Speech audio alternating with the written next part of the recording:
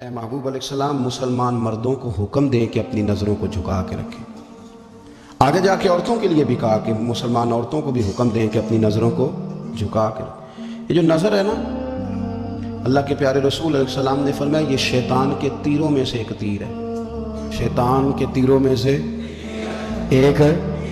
یہ تیر جو ہوتا ہے نا، یہ بس نکلتا ہی ہے، دوبارہ واپس نہیں آتا، اور جہاں جاتا ہے جا کے لگ جاتا ہے۔ یہ جو نظر ہے نا، نظر یہ گمراہ کر دیتی ہے۔ پہلے نظر بھٹکتی ہے، پھر ذہن بھٹکتا ہے۔ کہا نظریں جھکا کے رکھو، جھکا کے۔ کیا کرے؟ مرد کو یہ کہہ دیا جائے نظر جھکا کے رکھ۔ ہمارے ہاں تو بہت سارے لوگ ہیں جن کے اندر ایک لیڈر پایا جاتا ہے، انہیں تو گلی سے گزرنا، ادھر بھی دیکھنا ادھر بھی دیکھنا ہے، سلوٹ کرنے، سلام کرنے، کی حال ہے، کیسے ہو، کدھر ہو، تو اندر ایک لیڈر ہے، تو لیڈر تو نظر جھکانے نہیں دیتا۔ ہم نے تو کمان کرنی ہے پورے علاقے کی۔ حکم یہ ہے کہ نظریں، ایک صحابی فرماتے ہیں کہ نبی پاک صلی اللہ تعالیٰ علیہ وسلم نے ہمیں رستوں میں بیٹھنے سے منع کیا، تو ہم نے عرض کی یا رسول اللہ صلی اللہ علیہ وسلم کئی دفعہ مجبوری ہے، گزارا نہیں ہوتا، رستوں میں بیٹھنا پڑتا ہے، تو حضور نے فرمایا پھر رستوں کا حق ادا کرو۔ یا رسول اللہ رستے کا حق کیا ہے؟ فرمایا ایک تو آنے جانے والے کو سلام کرو، اور دوسرا یہ کہ رستے سے تکلیف دہ چیز کو ہٹاؤ، اور پھر فرمایا کہ بھلائی کا حکم دو اور برائی سے منع کرو، اور پھر فرمایا کہ رستے کا حق ہے کہ رستے میں رہنا ہے تو نظریں جھکا کے رہو۔ پھر ایسا نہ ہو کہ ہر شخص پر آپ کی نظر پڑے، ہر شخص پر۔ رسول کریم صلی اللہ علیہ وسلم نے نظر کی حفاظت پر زور دیا، اور عورت کے لیے بھی یہ حکم ہے کہ وہ بھی نہ دیکھے غیر محرم کا چہرہ۔ اس کو بھی اگر شہوت کے ساتھ وہ دیکھے گی تو وہ بھی اتنی ہی مجرم ہے۔ عورت بڑی با پردہ ہے، نہیں بڑی با پردہ ہے، مثلا کس طرح کی با پردہ؟ کہتے برقع پہنتی ہے اور سویرے نکل جاتی ہے بازار، ہے ویسے با پردہ، آتی شام کو ہے۔ عورت کا با پردہ ہونے کا معنی یہ ہے کہ برقع پہنے اور جہاں مرضی جائے۔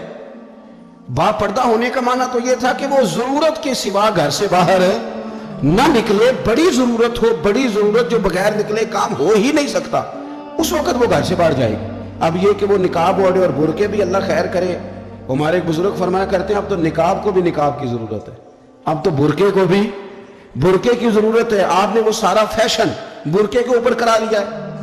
برقعے کا معنی تو یہ تھا کہ آپ نے اپنے آپ کو چھپانا ہے، کسی کی نظر نہ اٹھے، اور اگر آپ نے برقع ہی اتنا شاندار بنوا لیا کہ ہر عورت کو آپ پوچھ رہے ہیں کہ یہ اس طرح کسی اور نے تو نہیں بنوایا، تو پھر پیچھے بچا کیا؟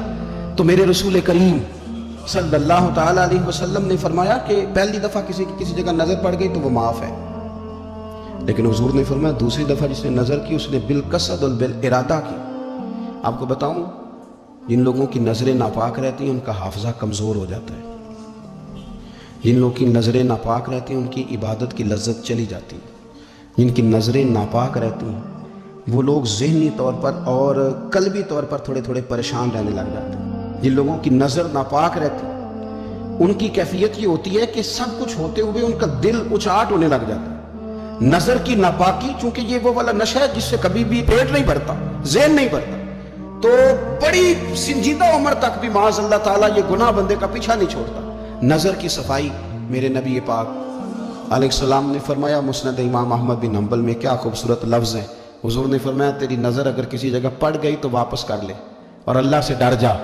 تو نے اللہ سے ڈر کے اس نظر کو واپس پھیر لیا، تیرا وہ واپس پھیرنا اللہ تیرے لیے عبادت بنا دے گا، اور عبادت بھی وہ جس کے اندر اللہ تجھے لذت عطا فرمائے گا۔